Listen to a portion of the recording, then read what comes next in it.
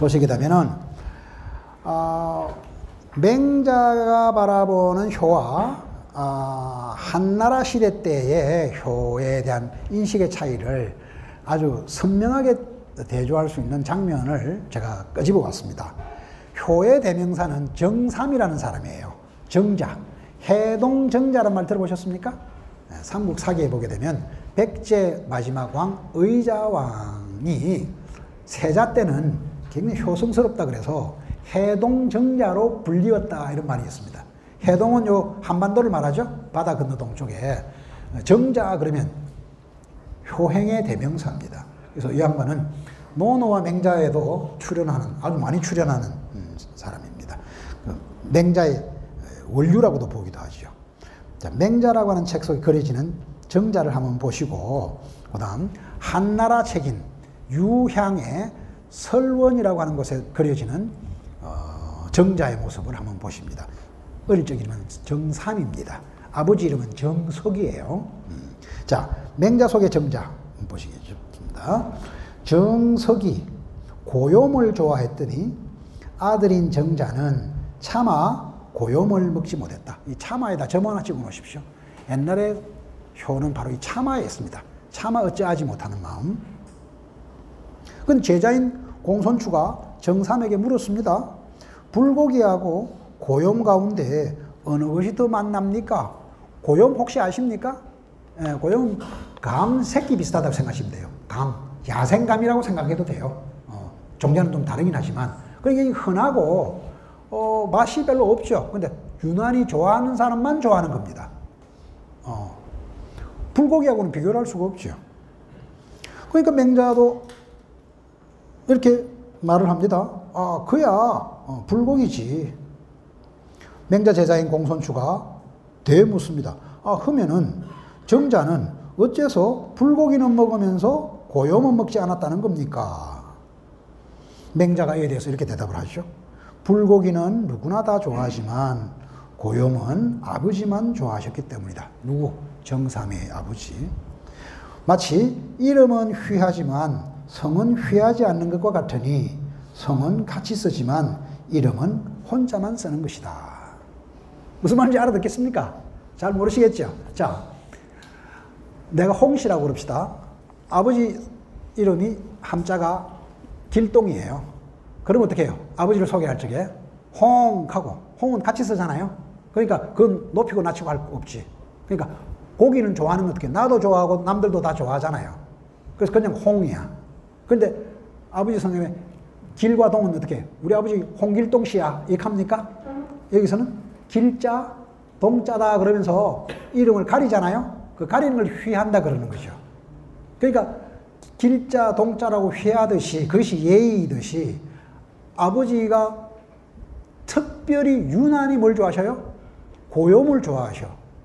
그러니까 불고기 좋아하시는 건 나도 좋아하고 아버지도 좋아하고 갑돌이 좋아하고 갑소이도 좋아하니까 그거는 아무거나 먹지만 유독 어떻게 해요? 고요만 보면 누가 생각이 나? 아버지가 생각이 나. 그래서 차마 먹지를 못한다는 거죠.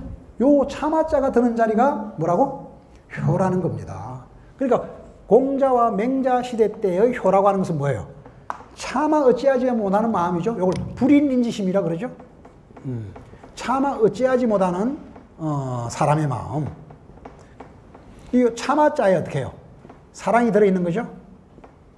어떻게 보면 공자와 맹자가 이야기하는 사랑 혹은 인의 예지는 부사로밖에 표현이 안 될 것 같아요. 차마 어쩌지 못하는 차마에 사랑이 깃들어 있는 이것이 공자 맹자 시대 때의 효행이었다고 보면 됩니다. 그러니까 부사로 표현되는 사랑이라고 볼 수 있겠죠. 그러던 것이 한나라 시대 때 오게 되면 정자가 이렇게 바뀝니다. 아버지 정석도 그렇고요. 자, 한번 보시죠. 유향의 설원에 표현되는 정자의 모습입니다. 정삼이 오이밭을 매다가 잘못해서 그 뿌리를 잘랐답니다. 그런데 그 아버지 정석이 노하여 큰 지팡이로 아들을 후려쳤습니다. 정삼이는 땅에 넘어졌다가 한참 뒤에나 깨어났는데 벌떡 일어나자마자 앞으로 나아가서 방금 제가 아버님께 죄를 지었는데도 아버님께서는 힘써 저를 가르쳐 주셨습니다. 괜찮으신지요? 하고 말했답니다. 그리고 물러나서 병풍 뒤에서 검은고를 뜯으면서 노래를 불렀답니다. 아버지 정석이 그 노래 소리를 듣도록 하여 자신이 건강하다는 것을 알려주기 위함이었답니다. 피곤하시네요들. 저는 이거 읽다가 아주 오바이트 할 뻔했습니다. 이 지금 정삼이가 효행의 대명사라고 하는 것은 아까 해동정자라 그래서 바다 넘어 백제 땅 신라시대 때에도 유명자였던 인물 아닙니까? 효행의 브랜드가 누구라?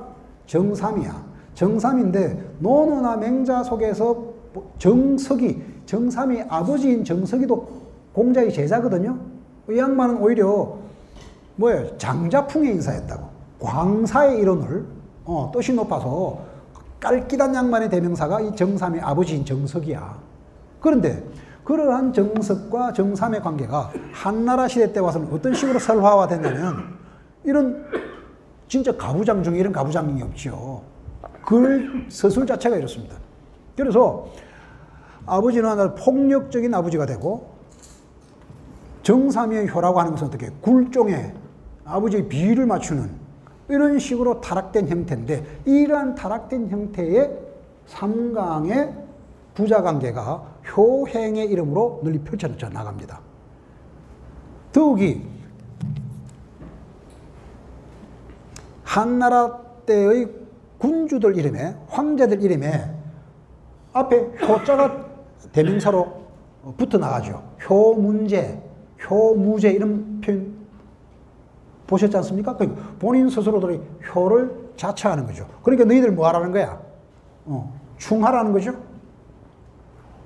그러니까 본인들 이름 속에서 효를 독점하고 효를 이름으로 삼으면서 바로 이러한 인간을 길러내고 싶었던 것이죠.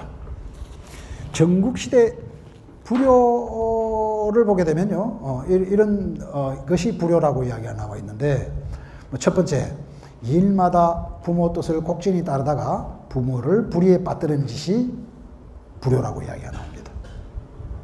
그러니까 부모 뜻을 곡진하게 따르기만 하다가 부모를 불의에 빠뜨리는 것이 불효로 되어 있는 것이 이제는 어떻게 해요? 끝까지 부모를 맹종하는 것이 효인양으로 전락되고 있는 거죠. 여기서 우리가 효라고 하는 단어 하나가 시대에 따라서 얼마나 다르게 전환되고 타락되고 있는가를 갖다가 우리가 알 수가 있습니다. 그러다가 주자에 이르는 효는 이런 식으로 회복됩니다. 가로 안에 3번 성리학 한번 보시죠. 주희가 노노 집주석에 효를 그저 부모에게 맹종하는 효가 아니라 이러할 때 효라고 할 수 있다라고 하면서 말을 이렇게 주석을 붙여놨는데요. 같이 한번 보실까요? 자식이 부모의 잘못을 고쳐서 악을 선호로 바꿀 수 있다면 효라고 이룰 수 있으리라. 원문을 읽어볼게요. 자능계 부지과예요. 부모는 어떻게 신이에요? 사람입니까? 사람이죠. 나를 낳아준 부모님이긴 하지만 지나칠 때도 많고 잘못을 저지를 수도 있지 않습니까? 그러면 그 잘못된 부모에게 맹종하고 따르는 것이 효라고 우리는 알고 있는데, 그렇죠? 마마보이식 효가 효인 줄 알고 있지만 주자만 하더라도 실은 그것이 아니라 부모의 잘못을 끝까지 따라다니면서 간해서 그 잘못을 고칠 수 있다면, 그래서 급기야 변악이위미라, 악을 선으로 바꿀 수가 있다면 그제서야 뭐라고? 효라고 할 수 있다. 이 이야기는 뭐에 대해서 주석을 하면서 이 말이 나왔냐면 바로 순임금의 효예요. 순이라고 하면 대효로 알려져 있거든요. 유교사에서는 그렇습니다. 요순임금 할 때 순임금. 그 임금이 그 부모님이 다 설화예요. 구라라고, 구라. 그러니까 아주 악한 상황에다가 그 모델을 집어넣은 거죠. 순의 아버지가 장님이었다는 겁니다. 그리고 순의 이복 동생과 서로 마음을 맞춰서 어떻게 해요? 죽이려고 들었다는 거죠. 그러니까 아버지가 자식을 죽이려고 들었어요. 그런데 이 순은 그 아버지를 봉양을 하다가 하도 엇나가니까 순이 하늘을 향해서 원망을 했답니다. 원망. 그러니까 이 양반의 부모에 대한 원망도 효가 되느냐라고 만장이라는 제자가 질문해요. 제 책으로 치면 9편입니다. 9편. 그러니까, 그러니까 2권이죠. 제 책 2권에 9편에 보게 되면 맹자가 생각하는 효가 어떤 효과가 잘 나와요. 그래서 순임금의 효를 원모, 부모를 원망하면서도 원망 속에는 사랑이 있기 때문이다라고 맹자가 적출해내요. 그러니까 그 치대로 내가 하고 싶지 않아도 부모를 따르는 것이 효가 아니라 외려 어떻게 해요? 마음속에 들어있는 이치, 그렇죠?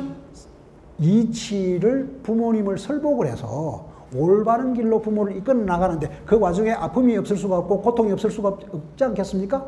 그 와중에 어떻게 아버지 이러십니까? 라고 하늘을 향해서 울부짖고 원망하는 그 과정, 그 자체가 오히려 효가 된다라고 하는, 그리고 그것이 유교 사상에 있어서 효의 극점이다. 그래서 큰 the great 대자를 붙여주면서 순이야말로 가장 큰 효자다. 이렇게 이야기를 끌어나가는 것이 맹자 효론의 특점입니다. 그래서 여기서 우리가 알고 있는 아까 정자의 경우에 봤듯이 맹자가 묘사하는 정자의 효는 차마 어찌하지 못하는 마음, 남한테 아무것도 아닌 고요미 우리 아버지한테만 특별히 중요하기 때문에 그걸 참아 먹지 못하는 그 속에 효가 깃든다라고 보는 그건 날카로운 눈이 그 이전에 아버지를 원망한 그 사태 속에 오히려 사랑이 깃든다라고 하는 대효론으로 전개되면서 전혀 다른 효가 전개가 됩니다. 그래서 아까 말씀드렸던 삼강의 효가 맹종과 복종의 효라면 오고륜의 효는 뭐가 우선 있어야 되겠죠? 효도가 있어야겠죠? 도를 알아야 된다. 그러니까 스스로 자립한 자만이, 이치를 아는 자만이 제대로 효행을 할 수 있겠다는 패턴으로 바뀌겠죠? 다릅니다. 그렇다고 해서 아무에게나 원망하고 부모를 헐뜯는 것을 효라고 하라는 이야기는 아니겠죠. 자, 이 자리에서 시간은 없습니다만 여러분들 잠시 한번 여쭙겠습니다. 좀 무례한 질문인데 산타크로스가 있습니까? 없습니까? 무례한 질문이니까 길게 하진 않겠습니다. 산타크로스가 대여섯 살 먹은 애들한테 물으면 산타크로스 있습니까? 없습니까? 있습니다. 진짜로 있습니다. 할아버지가 빨간 옷으로 분장해갖고 막 선물을 주면 막 애가 막 좌절하십니다. 그죠? 그건 보고 또 보고 정말 30살 먹은 애들한테는 산타크로스가 있습니다. 눈에 대한 이야기입니다. 효를 바라보는 눈, 비유를 드는 겁니다. 그러다가 요즘 애들이 총기가 빨라서 총기가 있어서 7, 8살만 돼도 산타크로스가 있습니까? 없습니까? 산타크로스가 없습니다. 이것들이 얼마나 맹랑한지. 10살쯤 되면은 이것들이 벌써 크리스마스쯤 되면 장난도 칩니다. 할아버지 옆에 엉덩이를 실 갖다 붙이면서 이상하다. 몇 년째 우리 집에 산타크로스가 안 온다. 우리 집에 굴뚝이 없어서 그러나? 이 짓을 한다. 얘들한테는 어떻게 해요? 산타크로스가 없습니다. 그렇다고 내내 없죠. 없습니다. 산타크로스가 그런 줄을 할아버지가 분장한 줄 이미 벌써 알아채버려요. 그러다가 어떻게 해요? 연세가 60이 넘어서고 70 가까이 되면서 손자, 손녀를 보게 되면 어떻게 해요? 산타크로스가 없었던 사람이 어떻게 돼요? 산타크로스가 됩니다. 산타크로스 되는 수가 있죠. 산타크로스 분장하는 어떻게 해요? 60 먹은 솜을 달고 어떻게 해요? 빨간 모자를 쓰면서 눈물을 흘리죠. 나한테 산타크로스였던 목사님, 할아버지 이제 다 돌아가시고 없고 내가 이제 산타크로스가 되는 수가 있는 거죠. 산타크로스 몇 개입니까? 3켜다, 그죠?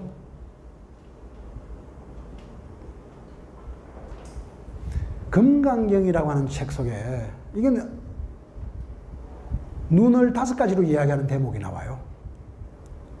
하나는 육안, 그죠? 육안. 도를 통한 석가모니도 잡수실 것과 못 잡수실 것 구분할 수 있어야겠죠. 그래서 유관이 있고 가죽눈.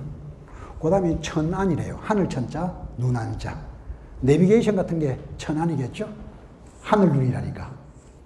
세 번째 켜가 해안이래요. 지혜의 눈.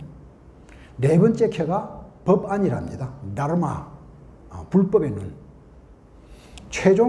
최후의 눈이 불안이랍니다. 붓다, 깨달음의 눈이겠죠.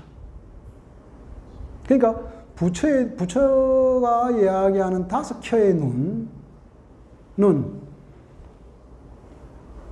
하나의 사태, 그러니까 마이크 하나를 보면서도 5켜의 안목으로 발굴할 수 있다는 뜻도 되지 않겠습니까? 그죠?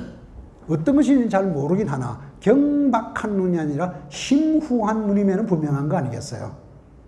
그렇듯이 우리가 산타크로스에도 그 가상된 주제를 가지고도 산타크로스 있다는데도 이건 이렇거나 저렇거나가 아니에요. 실제로 있었고 실제로 없고 실제로 됩니다. 이 세 가지의 켜를 가지고 효도라고 하는 이 안목으로 오게 되면은 어릴 적에는 어떻게 해요? 부모에게 복종하고 부모의 말을 듣도록 소학 교육을 시켜야겠죠? 그게 옳습니다. 그럼에도 불구하고 어떻게 평생토록 어릴 때 받았던 부모의 말을 언제나 잘 들어야 되고 부모는 자식을 언제나 염려해 주니까 거기에 따르고 비율을 맞추는 것이 옳다라고 여기면서 40, 50대를 지나면 어떻게 돼요? 그게 불효로 빠지는 수가 있는 것이죠. 그래서 효라고 하는 단어 하나도 산타크로스처럼 단일하지 않고 한결이 아니라는 거죠. 그리고 또 각각 사람마다 다 효의 길이 다를 수 있겠죠. 그래서 겉으로 보기에는 불효로 여겨지지만 실제로는 어떻게 해요? 효인 켜가 있을 수가 있는 겁니다. 그죠? 그러니까 그저 효라는 것도 불효자는 웁니다라는 식으로 거칠의 효를 가지고 아무데나 갖다 붙이는 파쇼의 도구가 돼서는 안 되겠죠. 실은 근현대의 한국 사회에 불효 콤플렉스가 파쇼 형태로 많이 전개가 되었죠. 그런 점은 맹자가 염려하고 있고 춘추 전국시대 때에 특히 그런 점을 주의하고 있는 거라고 볼 수가 있습니다. 그래서 제 책에도 효에 관한 이야기를 나름대로 여러 가지로 분석을 해서 다르게 맹자가 왜 원망하는 사람의 효를 대효라고 이름을 붙였던가 좌표축으로 그런 점을 유의해서 제가 논의한 부분이 있습니다. 좀 참고해 주셨으면 좋겠습니다. 자, 이러한 형태의 효가 맹자 속에서 나타나는, 오륜 속에서 나타나는 그런 효가 되겠습니다. 충도 마찬가지입니다. 충도 그저 군주에게 신하가 복종하는 것이 아니라 군주와 함께 올바른 길로 나아가도록 비판하고 혹은 덤벼들고 정 안 되면 어떻게 해요? 임금의 멱살을 끌고 끌어내리는 이런 형태의 활동이 충에 가깝다라고 하는 것이 맹자의 주된 내용들입니다. 자, 17페이지 한번 보시죠. 17페이지에 보게 되면 그런 충효에 대해서 일본 학자가 거의 중간 결론처럼 내린 대목이 있어서 제가 인용을 하나 해봤습니다. 요게 삼강대 오륜을 분석하는데 나름대로 의미가 있을 것 같아가지고 인용을 했죠. 가로 3번 일본 학자의 비평 한번 같이 보실까요? 미야자키 이치사다라고 유명한 동양사 학자입니다. 이제 돌아가셨는데요. 논어에도 아주 그 조예가 깊으셨고 사마천의 사기 전문가셨어요. 미야자키 이치사다라고 우리 책으로도 많이 번역되어 있습니다. 한번 볼만한 탁월한 학자입니다. 그분이 일본 독자들을 의식하면서 이런 말을 남겨놓았네요. 같이 한번 보시죠. 공자의 유교에 대해 오로지 충효의 봉건 도덕을 가르쳤다고 이해한다면 그것은 오히려 고전을 읽는 쪽의 편향이다. 공자의 논어에서 말하는 충은 반드시 그 대상을 군주로 한정하지 않는다. 오히려 충은 뭐였어요? 충은 진기지휘충이라 나 자신을 충실하게 행하는가 성찰하며 사는 삶이 충이라 그랬죠. 왜 그렇습니까? 그러니까 오히려 군주가 나는 제대로 된 군주가 맞냐라고 성찰하고 사는 그게 충이겠죠. 그래서 지금으로 치면 직업윤리에 충실한 거, 그게 충입니다. 이게 원래의 충이에요. 근데 이게 아까 삼강체제로 바뀌면서 바로 신하의 임금 복종 형태로 타락됐다 이렇게 본 거죠. 자, 효를 중요한 도덕으로 가르친 것은 사실이지만 그것은 상식적인 효행일 뿐 몸과 생명을 희생하라고까지는 말하지 않는다. 이건 뭐 오늘날 현대 한국인 독자들이 읽어도 금방 이해될 만한 그런 부분입니다.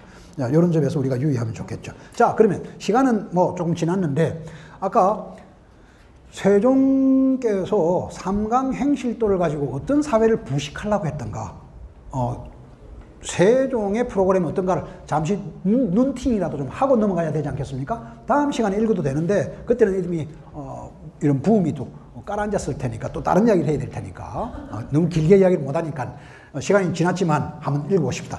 효, 충, 열. 그러니까 부자유친과 아니다. 부의부강과 군의신강과 부의자강 이 세 가지 경우를 가지고서 삼강행시를 통해서 그림을 통해서 뭘 보여주고 했는가 한번 보시죠. 효의 예입니다. 제가 하나를 뽑은 겁니다. 효에 관련된 부분, 충에 관련된 부분, 그 다음에 열북 그러잖아요. 아내가 남편한테 못 바치는 세 가지 경우를 삼강행실도 속에서는 어떻게 표현되고 있는가 예를 들었습니다. 자, 효 부분입니다. 제목은 곽거가 자식을 매장하다. 이게 조선의 삼강행실도에 나온 겁니다. 같이 한번 읽어보실까요? 곽거는 집안이 가난하였다. 모친을 봉양하였는데 3살 먹은 아이가 있었다. 어머니는 매번 밥을 덜어 아기에게 먹였다. 곽거는 아내에게 말하기를 가난하여 밥을 더 드릴 수는 없는데 아이가 어머님의 밥을 빼앗아 먹으니 같이 아이를 묻어버립시다. 아내는 그 말을 그 다른 아내는 또 뭐야? 그런데 땅을 석자점 파니 황금 한 솥이 나타났다. 그 위에 글이 있었는데 하늘이 효자 곽거에게 선물을 준다. 관에서도 뺏을 수 없다. 다른 놈들도 취하면 안 된다라고 쓰여 있었다. 저는 이 번역하다가 오바이트 할 뻔했습니다. 그래서 이것이 삼강행실도에 나오는 한 중요한 장면이 되게 어디서 출전이 어딘가. 출전이 어딘가를 보니까 수신기래요. 수신기. 수는 뭐냐면 수색하다. 찾을 숫자죠. 신은 신기한 일이에요. 그런데 공자는 뭘 금했냐면 괴력 난신은 논하지 마라 그랬거든. 그러니까 이건 쿰쿰한 이야기. 왜 중국 영화에 자주 나오는 귀신 찾는 이야기 있지 않습니까?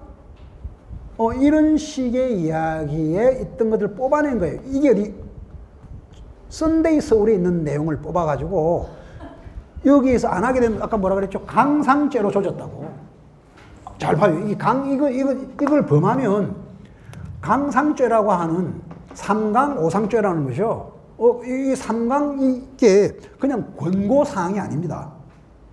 이걸 하게 되면 바로 자식이 부모를 난신적자라고 들어보셨죠? 이게 난신이고 이게 적자예요. 그러니까 이걸 처단하는 사상범 강상죄라고 하는 것을 가지고 오늘 집에 가셔가지고 조선 왕조실록 다 번역되어 있어요. 강상이라는 두 글자를 한번 두드려 보세요. 5천 몇백 건이 나와요. 조선조 500년. 그렇죠? 한 해마다 몇 건? 10건. 1년 12달. 한 달에 한 번꼴로 강상죄로 올가 죽었는데 그 강상죄가 이 삼강 이겁니다. 이런 것을 권하면서 그림으로 그려놨다고. 그러면서 하늘이 얘한테 그걸 줬다는 거 아니야. 그 모친이 이런 꼴을 그 수신기예요. 신기한 이적을 찾았다는 그런 기록에다가 어디 호벼 파가지고 이걸 효의 사례로 거치하고 있습니다. 경전도 아니에요. 자, 충 보십시다. 변시 집안이 충효로 일컬으시다. 변문 충효예요. 자, 충효도 이제 예사롭게 보이지 않죠? 예, 그저 유교가 아닙니다. 충효를 논하는 대목은 효하야, 다음에 충하라는 것이 삼강의 유교인지 오륜의 유교인지 우리 구별하려고 지금 건투시한 놈도로 앉아 있습니다. 변고는 진나라 제음 사람이다. 천자가 변고를 명하여 군사령관으로 삼았다. 이때 변고는 등창이 아직 났지 않았는데 병을 억지로 참으며 힘써 싸우다가 죽었다. 두 아들 변진과 변우가 적진에 달려들어 함께 죽었다. 자, 벌써 김유신의 아들 생각이 나죠? 화랑관창, 사다함. 변진의 어머니가 두 아들의 죽음을 어루만지며 말하되 아버지는 충신이 되고 너는 효자가 되니. 충효가 한꺼번에 이루어지는 거죠? 무엇을 하나리오라고 하였다. 나라에서 벼슬을 추정하고 시호를 충정이라 하고 퇴례로 제사하였다. 이 충효는요, 조선 중기 이후에 충효각이라는 것을, 우리 집안도 충효각이 있는데 임진왜란 때 아버지는 나라를 위해서 충하고 자식은 아버지 따라 죽는 이런 스토리텔링이 저 남부 지역에 많습니다. 전라남도, 경상남도 남부 지역에 임진왜란을 많이 당한 그 지역에 충과 효가 겸전하는 일화들이 많이 발굴되어 있어요. 그게 어디 모델을 삼았나를 잘 한번 보시면 삼강행실도의 영향력을 우리 실감할 수 있을 겁니다. 시간이 없으니까 열 한번 보시죠. 기량식의 처가 제압에게 고하다 그래요. 제나라 장공이 그 땅을 칠 때, 그때 춘추시대입니다. 기량식이 싸우다가 죽었다. 장공이 돌아오다가 길에서 기량식의 처를 만나 사자로 하여금 조문하게 하였습니다. 기량식의 처가 말하되 내 제압이가 죄로 죽지 아니하였을진데 내가 집이 있는데 어찌 덜해서 조문을 받으리요. 장공이 그 집에 가서 조상하고 왔다. 여기는 춘추에 나오는 기사예요. 여기까지는 심플하다고. 그런데 그게 덧대 놓고 이 내용을 갖다 붙여요. 기량식의 처가, 잘 봐요. 위에 건 일종의 팩트예요. 팩트인데 그 밑에다가 어떤 이데올로기를 갖다 붙이는 걸 잘 봐요. 기량식의 처가 자식과 친척이 없는지라 그 제압이 죽음을 성 아래 누이고 슬피 우니 지나가는 사람들이 모두 눈물을 뿌렸다. 열흘을 우니 성이 절로 무너졌다. 장례를 치르고 말하기를 여자는 반드시 의지하는 곳이 있는 법이다. 내가 위로 부모가 없고 가운데로 제압이가 없고 아래로 자식이 없다. 뭐가 없어? 삼종지도라고 들어보셨죠? 내가 정성과 절의를 보일 곳이 없으니 또한 죽을 따름이다 하고 치수에 빠져 죽었다. 제가 칸을 나눠놨는데, 절을 나눠놨는데 윗절은 춘추에 나온 기사예요. 그 뒤에는 어떻게 해요? 바로 연려전을 만들면서 적어놓은 거라고. 자, 이런 식으로 자꾸 덧대면서 뭘 지향하는가를 우리가 눈팅을 하자는 거죠.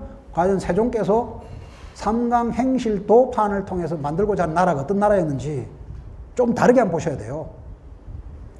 오늘날은 우리가 문화흥융의 군주고, 그렇죠?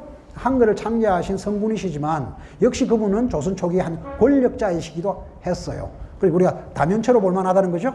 삼강과 행실을, 우리가 삼강과 오륜을 구분하다 보면은 한 존재에 대해서도 좀 다른 형태로 바라볼 수 있겠죠. 그래서 저는 문제는 어떻게 해요? 프레임이라고.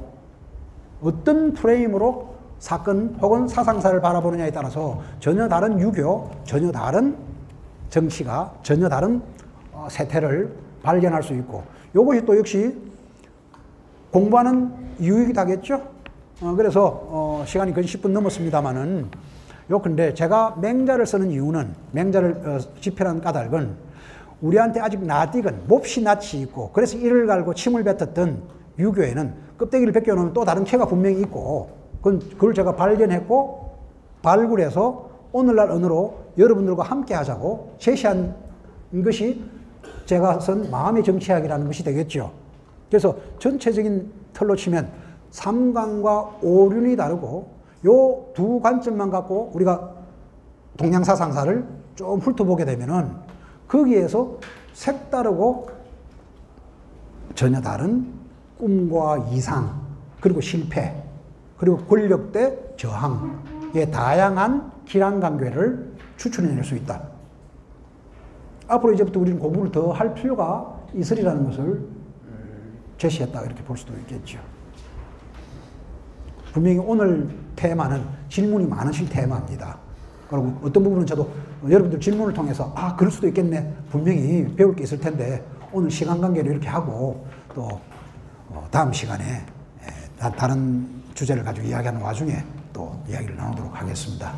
오늘 긴 시간 삼강과 오륜은 다르다는 주제를 들어주셔서 고맙습니다. 다음 주 또 뵙겠습니다.